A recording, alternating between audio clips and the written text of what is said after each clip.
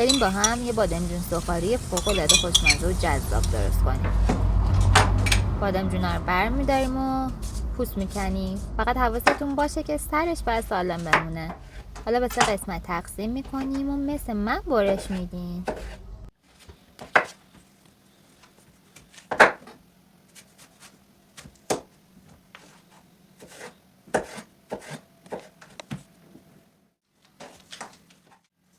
بعد میریزیم داخل یه قابلمه بزرگ و بهش نمک زیاد اضافه میکنیم. حالا تا روی بادمجونا رو آب میریزیم. بعد روی بادمجونا یه کاغذ روغنی یا سمیسه میذاریم. درشون میذاریم و میذاریم تا 20 دقیقه بجوشه. حالا توی کاسه بزرگ 2 تا تخم مرغ رو میشکنیم. بهش ماست چکیده یا یونانی اضافه میکنیم و در آخرم خردل دیجون و یه کمی هم نمک. حالا با ویسک کاملا اینا رو با هم میزنیم. حالا توی ظرف بزرگ یکم آرد میریزیم، آرد سوخاری، یک کمی فلفل سیاه، پاپریکا و نمک. با یه چنگال با هم مخلوطشون میکنیم. حالا برای سس کنارش خیارشور و ساتوری ریز ریز خورد بکنیم.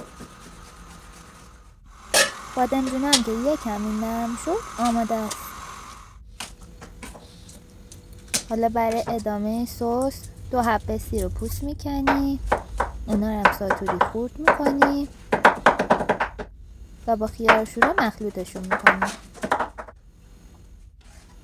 حالا داخل یه ظرف میریزیمشون و 2 الی 3 قاشق بهش ماست اضافه میکنیم. بعد آماده است. من داخل یک کاسه آب سرد ریختم که بادمجونا رو که داغن رو میریزم داخلش شوک بهش وارد بشه.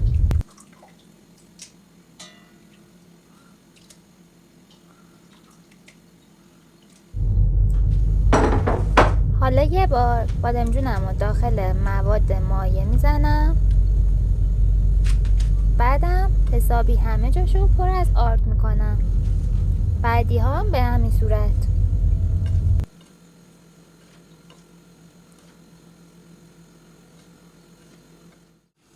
بعد یه تاوه گودو پر از روغن میکنیم و میذاریم کاملا داغ بشه. وقتی داغ شد بادمجونا رو داخلش میذاریم تا 2 طرفش کامل سرخ و طلایی بشه.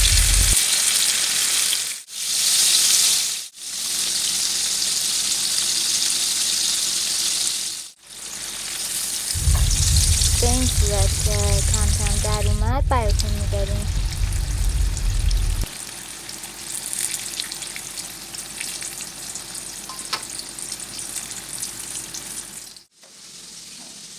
بعدم داخل ظرفمون میچینیم. چون بادمجون داخل آب نمک پخته شده به هیچ عنوان روغن اضافی به خودش نمیگیره. سسم کنارش میذاریم. ترکیب این دوتا فوق‌العاده است. امیدوارم امتحانش کنین و لذت ببرین.